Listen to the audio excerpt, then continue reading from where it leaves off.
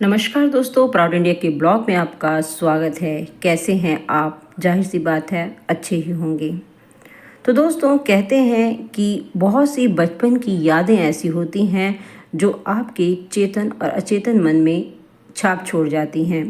तो ऐसी ही एक बहुत सी सुंदर यादें हैं मेरे बचपन की, जिन्हें मैं आज तक भी नहीं भुला पाई हूँ। ऐसी ही सुंदर यादों में बसे हैं त्रिलोकीनाथ जी। तो दोस्तों, आप जानना नहीं चाहेंगे कि मैं किसकी बात कर रही हूँ, कौन है ये त्रिलोकीनाथ जी? तो मैं आपको बताती हूँ कि जैसे कि आजकल सावन का महीना चल रहा है, महादेव की पूजा उपासना में हम लगे हुए हैं। तो महादेव ही हैं त्रिलोकीनाथ जी। 12th क्लास में थे हम उस समय, 12th के एग्ज़ाम दिए थे जब हमें मौका मिला त्रिलोकीनाथ जी के मंदिर में जाने का। तो हम बहनें थी, मेरी मौसी थी, मेरे मौसा जी थे। तो हम सब लोग त्रिलोकीनाथ जी के मंदिर में गए थे। बहुत ही उस वक्त जो था, इतनी तरक्की नहीं हुई थी, रास्ते इतने अच्छे नहीं थे, लेकिन हमें ऐसा कुछ अनुभव नहीं हुआ क्योंकि हम मज़ा ले रहे थे ऊंचे ऊंचे पहाड़ों का, नदियों का।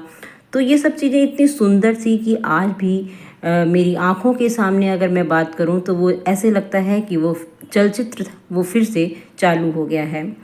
तो ये तो लेटेस्ट वीडियो है, ये मेरे एक फ्रेंड ने मुझे वहाँ से भेजा है। मुझे बहुत खुशी हुई इस वीडियो को देख के, तो मैंने सोचा कि क्यों ना मैं आप तक भी उस मंदिर के दृश्य पहुँचाऊँ। तो त्रिलोकीनाथ मंदिर, जैसे कि मैंने आपको बताया, कि महादेव को समर्पित है। यहीं पर जैसे आप ये नदी देख रहे हैं, चंद्रभागा नदी है। बहुत ही सुंदर नदी है, चारों तरफ पहाड़ हैं, बड़े बड़े पेड़ हैं, और इन्हीं चारों पहाड़ियों के बीच में बसा है गांव लाहौल स्पीति का। और वहीं से 13-14 किलोमीटर की चढ़ाई चढ़ के हम त्रिलोकीनाथ जाते हैं।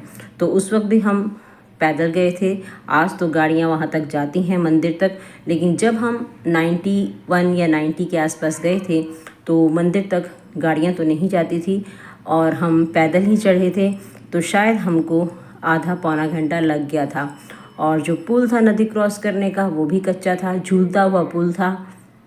लेकिन हमको किसी भी बात का डर नहीं लगा क्योंकि हम इंजॉय कर रहे थे इन पहाड़ों का, और कोई भी हमको किसी भी प्रकार की कोई भी थकावट नहीं हुई, बल्कि बहुत ही अच्छा लग रहा था। हम गर्मी के मौसम में गए थे हालांकि, तो गर्मी तो नहीं लग रही थी, लेकिन गर्मी का मौसम होता है जब वहाँ पर, तो बहुत ही तेज़ धूप भी ऐसे प्रतीत होती है, चुभती है वो धूप। लेकिन ठंडी हवाएं भी साथ में थी, नदियाँ थी, तो पहाड़ थे, तो इन सब का हम इंजॉय करते हुए जा रहे थे। तो जैसे कि आप देख रहे हैं, ये त्रिलोकीनाथ की एंट्रेंस है और यहीं पर ये आसपास पहाड़ हैं। तो इस तरह के, जैसे कि आप झंडे देख रहे हैं लोगों ने, ये बौद्ध लोगों ने लगाए हुए होते हैं। बौद्ध क्या, ये अपने हिमाचल में हर जगह लोगों ने लगाए होते हैं। ये एक शांति का प्रतीक होते हैं। तो जब त्रिलोकीनाथ, मैं आपको उस समय की बातें बता रही हूँ, तो और आप मेरी उस उन बातों को सुनते हुए आप इन पहाड़ियों का आनंद ले सकते हैं। तो जब हम त्रिलोकीनाथ मंदिर में गए थे, तो उससे पहले हमने लाहौल स्पीति में स्टे किया था, मुझे आज भी याद है। तो वहाँ पर हमें आलू के परांठे, अचार, राजमा, आलू मटर की सब्जी, ये सब खाने को मिलता था, जो बेहद स्वादिष्ट होता था।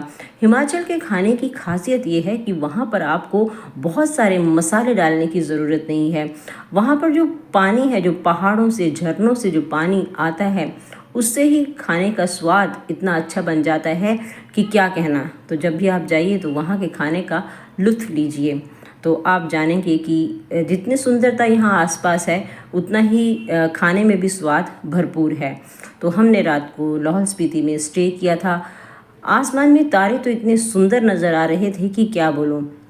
शहरों की चकाचौंध में तो तारे नज़र आते ही नहीं हैं, तो वहाँ के तारे, और रात को हम सब जो सिस्टर्स थी वो घूमती हुई निकलते थे, और आवाज़, जो गानों हम गाने गाते थे सड़कों पे चलते हुए, और जो गूंजती थी आवाज़, उसका अलग ही मज़ा होता था। तो दोस्तों, हम इस तरह से जब पहाड़ियों को क्रॉस करते हुए जा रहे थे, तो ऐसे 14 किलोमीटर की हमने चढ़ाई चढ़ी, और उसके बाद हम त्रिलोकीनाथ के मंदिर में पहुँचे। एक असीम सी शांति वहाँ मिलती है। तो ये मंदिर जो है, ये बौद्ध धर्म को भी समर्पित है, और हिंदुओं का भी मंदिर है। यहाँ पर बौद्ध लोग भी पूजा करते हैं जो अपने अनुसार पूजा करते हैं, और इसी के साथ यहाँ हिंदू लोग भी पूजा करते हैं, और बहुत ही शांतिपूर्वक तरीके से ये पूजा बरसों से चली आ रही है। कहते हैं त्रिलोकीनाथ मंदिर में जो भी अपनी मनोकामना रखता है उसकी मनोकामना पूर्ण होती है। यहीं पर दो स्तंभ हैं यहाँ पर, जहाँ से लोगों को बीच में से निकलना होता है। कहते हैं अगर इन स्तंभों के बीच में से जो निकल जाता है, समझ लो उसने अपने जीवन में पुण्य किए हैं, और जो नहीं निकल पाता समझ लो उसने जीवन में कुछ ना कुछ पाप किए हैं। तो हम पहुँच गए थे त्रिलोकीनाथ के मंदिर में, और बहुत ही अच्छा अनुभव हुआ। तो मेरा आपसे ये बोलना है कि आप लोग भी अपने जीवन में एक बार त्रिलोकीनाथ के मंदिर में ज़रूर जाइएगा। तो दोस्तों, मेरा ये छोटा सा ब्लॉग आपको कैसा लगा? अगर अच्छा लगा है तो लाइक और शेयर ज़रूर कीजिएगा। आपके लाइक और शेयर पे ही मैं आपको और वीडियो दिखा सकती हूँ। अगर आप मुझे प्रोत्साहित करते रहेंगे तो इसी तरह मैं छोटे छोटे वीडियो, छोटे छोटे ब्लॉग आप तक पहुँचाती रहूँगी। धन्यवाद मेरे इस वीडियो को अंत तक देखने के लिए।